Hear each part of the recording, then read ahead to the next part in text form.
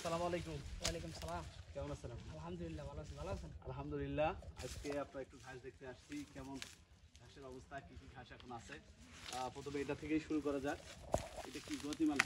জি, এটা গুয়াতিমালা। কেমন আছেন এখন সব মিলে? জি, আলহামদুলিল্লাহ ভালো। তো কোনটা থেকে শুরু করবেন, গতিমালা থেকেই না আরো জি অন্য জি ঘাস জি, আগে দেখাবেন? গুয়াতিমালা থেকে আর কি শুরু। আচ্ছা, এটা সম্পর্কে যেহেতু প্রথমে এখান থেকেই কথা বলছি, এটা থেকে একটু বলেন যে এটা কি অবস্থা বা এই ঘাসের বর্তমানে কি অবস্থায় আছে।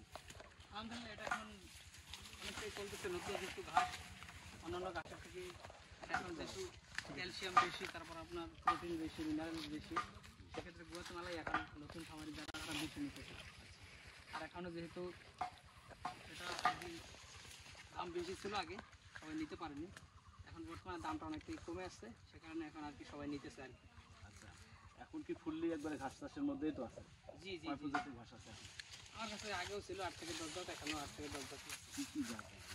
এই গুয়াতিমালা আছে, স্মার্ট নেপিয়ার আছে, জারা ওয়ান আছে, এলিফ্যান্ট হাইব্রিড আছে, তারপর তাইওয়ান হাইব্রিড আছে, সবুজ পাকসন, লাল পাকসন, তারপর আপনার জার্মান হোয়াইট এবং অজানা, এটা দুইটা হলো পানি। সবাই রাখছেন? জি জি, সবাই আছে। আচ্ছা, এই যে এত প্রজাতির ঘাস একই সাথে চাষ করার কারণ কি?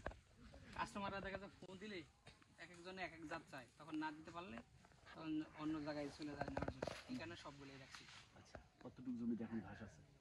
আমার কাছে দেখা যায় এখনো আপনার 12 থেকে 13 বিঘা এরকম আছে। 12-13 বিঘা না? হুম। তো বিগত বছরগুলোতে ঘাস চাষ থেকে কেমন আয় না। হয়েছে বা কেমন আছেন ঘাস চাষ করে? আলহামদুলিল্লাহ, আগের থেকেও এখন ভালো আছে।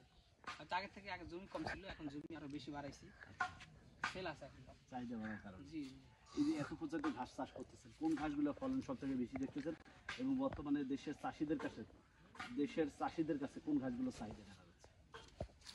চাহিদা বেশি গুয়াতেমালা, কিন্তু তাইওয়ান কিংবা যারা এগুলা চাষ করলে বেশি ভালো হবে খামারিদের জন্য। আপনারা পরামর্শ দেন জি সেটা জি করা জি যাবে। জি জি, সব।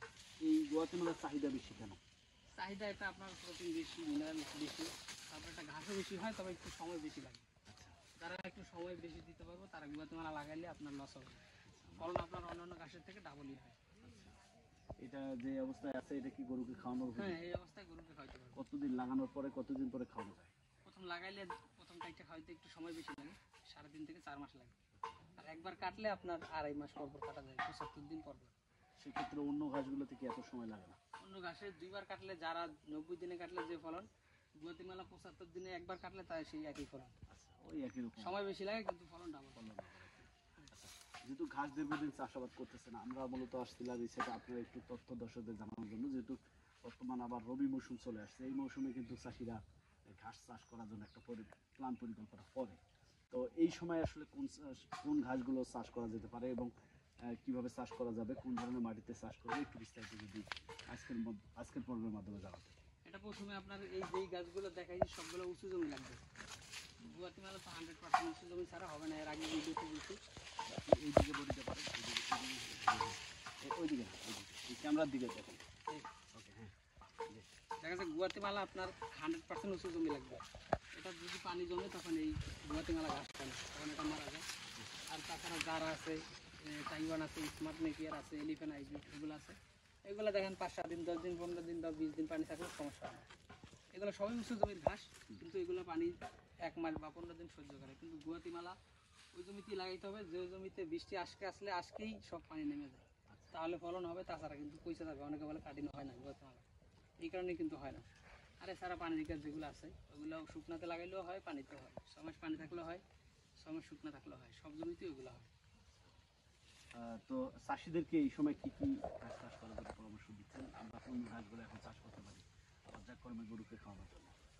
দেখেন, যারা গরুর খামার করবে তাদের জন্য জারা এবং তাইওয়ান হাইব্রিড, এই দুটো ভালো হয়, সাথে এলিফ্যান্ট হাইব্রিড আছে।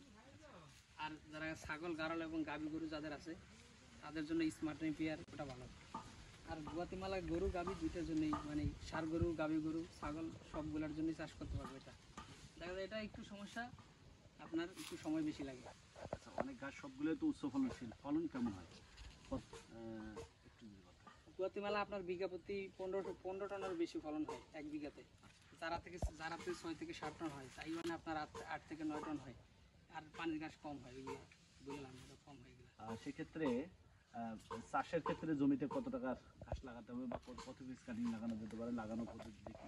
এটা আপনার গুয়াতিমালা 1 শতাংশে 100 পিস কাটিং লাগে, যারা 1 শতাংশে 200 পিস লাগে, তাইওয়ান এলিফ্যান্ট হাইব্রিড স্মার্ট নেগের এগুলো সবগুলো 1% 200 পিস করে কাটিং। বিঘা প্রতি কেমন খরচ হয় আপনারা কি হিসাব দেন?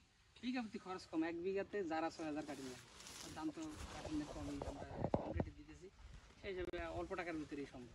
আচ্ছা, যেহেতু একবারে শরীয়তপুর গোসাইরহাটের পাঁচকাঠি প্রত্যন্ত গ্রাম অঞ্চল, জি জি। এই যে ঘাসের ব্যবসার ভিন্ন উদ্যোগ, এখান থেকে ঘাসগুলো কিভাবে চাষি ভাইদের কাছে পাঠাচ্ছেন বা এটা কিভাবে সহজ করেছেন? এটা আমরা সারা বাংলাদেশেই পাঠাচ্ছি কুরিয়ার মাধ্যমে। এখান থেকে কুরিয়ারে সব জায়গায় পাঠানো জি, সম্ভব? সারা বাংলাদেশ। লেনদেনটা কিভাবে হয়? এটা শুধুমাত্র কাস্টমার অর্ডার কনফার্ম করার জন্য কুরিয়ার বিল দিলে আমরা ঘাস কাইটা পাঠিয়ে দিই। ঘাস উনি হাতে পাওয়ার পরে টাকা দিলেই কুরিয়ার অফিসে টাকা দিয়ে নিয়ে যেতে হবে, ক্যাশ অন ডেলিভারি। পেশা জীবনে একটা সময় তো অন্য চাকরি করছেন, জি জি। এখন ঘাস চাষে আসছেন, এখানে প্রচণ্ড রোদ, যেমন আজকে রোদ, অনেক সময় বৃষ্টি হয়, এই যে রোদে পুড়ে বৃষ্টিতে ভিজে সব কাজ করতে হয়, এতে মানসিকভাবে কতটা প্রশান্তি লাভ করতেছেন এবং অর্থনৈতিক একটা বিষয় রয়েছে, সেখান থেকে আসলে কতটা লাভবান হচ্ছে?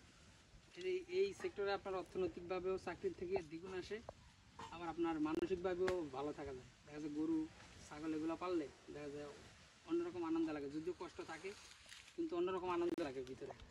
আচ্ছা, আমরা বছর দুই চার বছরের মধ্যে আমরা দেখতে পাচ্ছি এখন আমাদের দেশে আপনার মতো অসংখ্য তরুণ উদ্যোক্তারা এই সেক্টরগুলোতে আসতেছে, একবারে প্রত্যন্ত গ্রামে গ্রামে ঘাস চাষ করে নিজের কর্মসংস্থান তৈরি করতেছে। সেক্ষেত্রে আজকের এই পর্বটি যারা তরুণ বেকার যুবকরা দেখতেছে, অনেকে এমন কোনো চাকরির সাথে রয়েছে যেখানে তার আসলে জীবন জীবিকা চালানোই কঠিন হয়ে যাচ্ছে। সেক্ষেত্রে পেশাগতভাবে এই ঘাস চাষটাকে পেশা হিসেবে নিলে সেক্ষেত্রে সে কতটা লাভবান হতে পারে এবং তার কতটুকু পুঁজি ইনভেস্ট করে সে এই ব্যবসাটা স্টার্ট করতে পারে? এটা দেখা যায় আপনার প্রথমে যদি সে চাকরি ছেড়ে আসে, তার যদি একবার চলার কিছু না থাকে তখন কিন্তু সে দেশে থেকে